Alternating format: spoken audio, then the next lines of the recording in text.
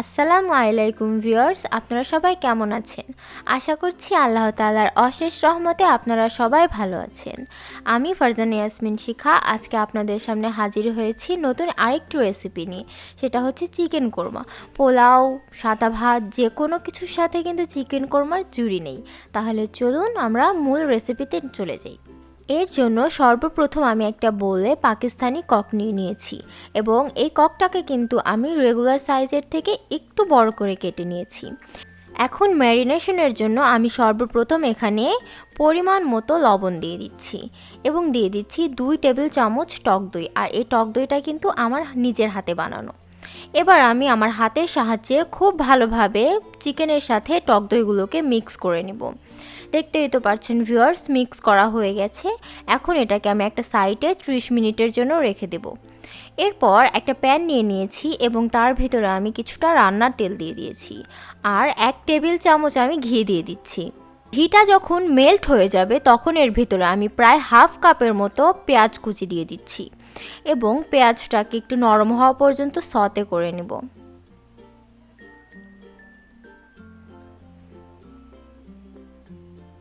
এবার পেঁয়াজটাকে আমি একটু সাইড করে নিচ্ছি এবং কিছুটা গরম মশলা দিয়ে দিচ্ছি।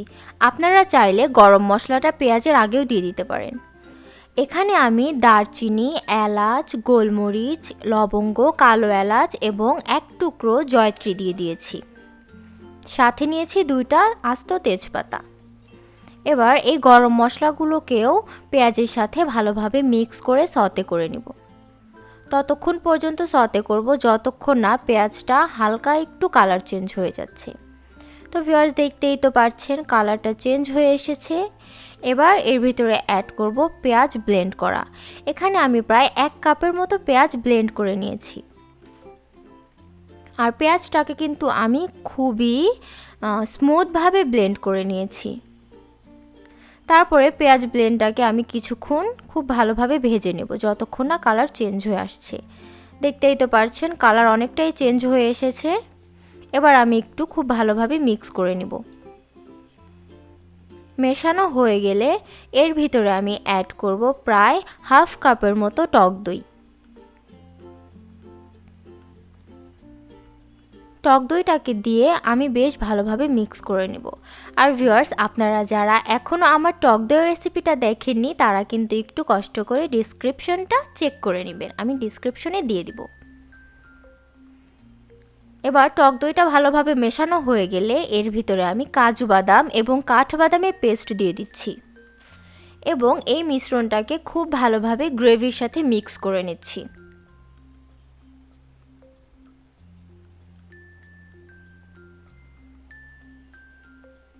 আর মশলা যতক্ষণ কষাবেন ততক্ষণ কিন্তু গ্যাসের ফ্লেমটা লো মিডিয়াম থাকবে। মশলা থেকে যখন তেল ছাড়তে শুরু করে দিবে সে পর্যায়ে খুব ভালোভাবে এটাকে মিক্স করে দিতে হবে। দেখতেই তো পাচ্ছেন মশলা থেকে কি সুন্দর করে তেলগুলা ছেড়ে দিয়েছে। এখন আমি এর ভিতরে অ্যাড করব প্রায় 1 টেবিল চামচের মতো আদা এবং রসুনের পেস্ট। এখানে আমি আদা এবং রসুনকে একসাথে পেস্ট করে নিয়েছি। এবার এটাকে কিছুক্ষণ বেশ ভালোভাবে কষাবো। যখন এটা কষানো হয়ে যাবে তখন এর ভিতরে আমি হাফ টেবিল চামচ লাল মরিচের গুঁড়ো এবং হাফ টেবিল চামচ ধনিয়া গুঁড়ো অ্যাড করে দিচ্ছি এবং দিয়ে দিচ্ছি পরিমাণ মতো লবণ।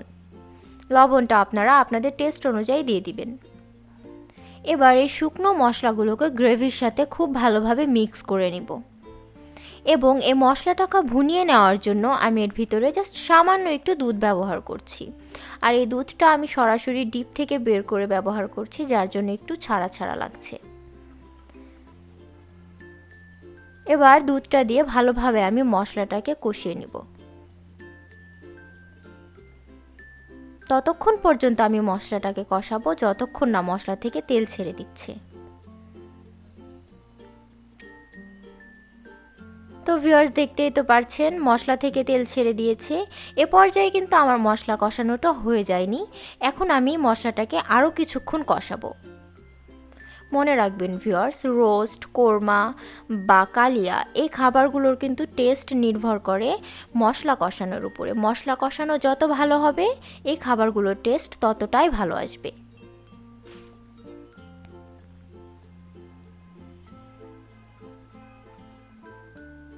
দেখতেই তো পারছেন মশলাটা একদম ছাড়া ছাড়া হয়ে গেছে, অর্থাৎ তেল আর মশলাটা কিন্তু অনেকটাই আলাদা হয়ে গেছে। এখন এ পর্যায়ে আমি এর ভিতরে সেই ম্যারিনেশন করে রাখা চিকেনগুলো অ্যাড করে দিচ্ছি এবং আলতো হাতে আমি চিকেনগুলোর সাথে মশলাগুলোকে খুব ভালোভাবে মিক্স করে নিচ্ছি। গ্যাসের ফ্লেম একদম লোতে রেখে খুব ভালোভাবে সময় নিয়ে চিকেনটাকে ভুনা করতে হবে। আর এ পর্যায়ে কিন্তু আমি কোনো ধরনের এক্সট্রা পানি অ্যাড করব না, কারণ কিছুক্ষণ পর চিকেনের গায়ে থেকে অনেকটা পানি বের হবে। এখন আমরা চিকেনটাকে ঢেকে দিব। তো ঢেকে দিয়ে দেখুন 5 মিনিট রান্না করার পর কিন্তু অনেকটাই পানি বের হয়েছে চিকেন থেকে, আর চিকেনের কালারটাও আস্তে আস্তে পরিবর্তন হচ্ছে। আমি এখনও কোনো ধরনের পানি অ্যাড করব না, পানি ছাড়া আমি আরও 5 থেকে 7 মিনিট এটাকে ভুনিয়ে নিব।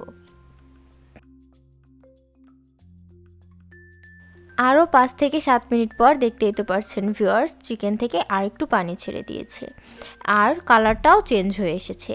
এখন এটাকে আমি খুব ভালোভাবে মিক্স করে দিব। আর এখন থেকে কাজগুলো কিন্তু খুব আলতো হাতে করতে হবে, কারণ চিকেনটা কিন্তু আস্তে আস্তে সফট হওয়া স্টার্ট করে দিয়েছে। এরপর যে আমি এর ভিতরে অ্যাড করব প্রায় 1 কাপের মতো দুধ। এখানে আমি লিকুইড দুধটা ইউজ করছি। আপনারা চাইলে দুধ এবং পানি একসাথে মিক্স করেও এই রান্নাটা কিন্তু করতে পারেন। দুধটা দিয়ে খুব ভালোভাবে চিকেন এবং মশলার সাথে মিক্স করে নিব।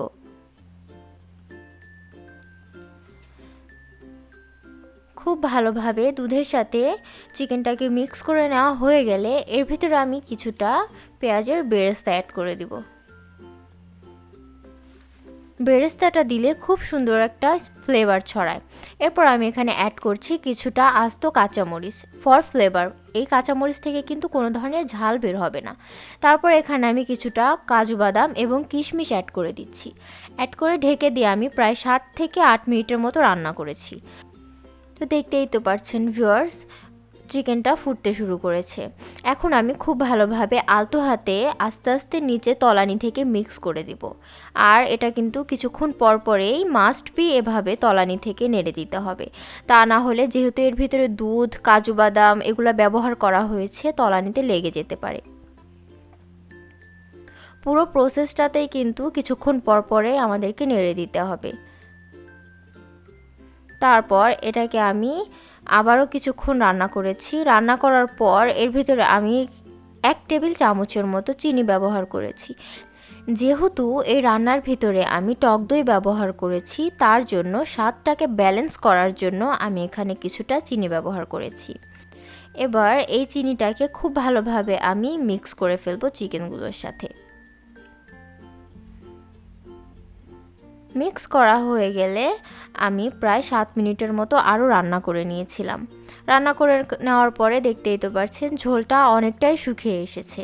আর কোরমায় কিন্তু আহামরি ঝোল থাকে না, গ্রেভিটা কিন্তু একটু থিক থিক হয়। দেখতেই তো পারছেন এখানে গ্রেভিটা কিন্তু প্রচুর থিক। এ পর্যায়ে কিন্তু রান্নাটা প্রায় শেষ পর্যায়ে চলে এসেছে। লাস্ট পর্যায়ে এর ভিতরে আমি অ্যাড করব 1 টেবিল চামচ ঘি। আর রান্নার একদম শেষ মুহূর্তে ঘি ব্যবহার করলে খুব ভালো একটা ফ্লেভার আসে। এ পর্যায়ে রান্নায় আমরা খুব সুন্দর একটা কালার দেখতে পাচ্ছি। ভিউয়ার্স, আমার রেসিপিটা ফলো করে আমি যেভাবে রান্না করেছি সেভাবে যদি স্টেপ বাই স্টেপ আপনারা রান্নায় ফলো করেন, আপনারা পারফেক্ট একটা কালার এবং পারফেক্ট একটা টেস্ট পাবেন। তো ভিউয়ার্স, দেখতেই তো পারলেন কতটা সহজে একদম কম মশলায় আমি খুব তাড়াতাড়ি বাসায় তৈরি করে ফেললাম চিকেন কোরমা। আর এই কোরমাটা দেখতে যেরকম সুন্দর হয়েছে, খেতেও কিন্তু আরও প্রচুর মজা হয়। আর অবশ্যই কিন্তু হেলদি, যেহেতু বাসায় আমরা নিজেরা এটাকে তৈরি করেছি। গার্নিশিংয়ের জন্য এখানে আমি ব্যবহার করেছি কাজু বাদাম কাঠবাদাম এবং কিশমিশ। আমি কাজু বাদাম কাঠবাদামটাকে সুন্দর করে কুচিয়ে নিয়ে তারপরে এর উপরে ব্যবহার করেছি। এতে দেখতে যেরকম আকর্ষণীয় দেখাবে, খেতেও অনেক মজা লাগবে। ভিউয়ার্স, আমার রেসিপি যদি আপনাদের ভালো লেগে থাকে তাহলে আমার চ্যানেলটাকে সাবস্ক্রাইব করে রাখবেন এবং বেল আইকনটিতেও ক্লিক করে রাখবেন। আর লাইক দিতে কিন্তু ভুলবেন না, এবং আপনার ফ্যামিলি ফ্রেন্ড সার্কেলে সবার সাথেও শেয়ার করবেন। আসসালামু আলাইকুম ওয়া রাহমাতুল্লাহি ওয়া বারাকাতুহু।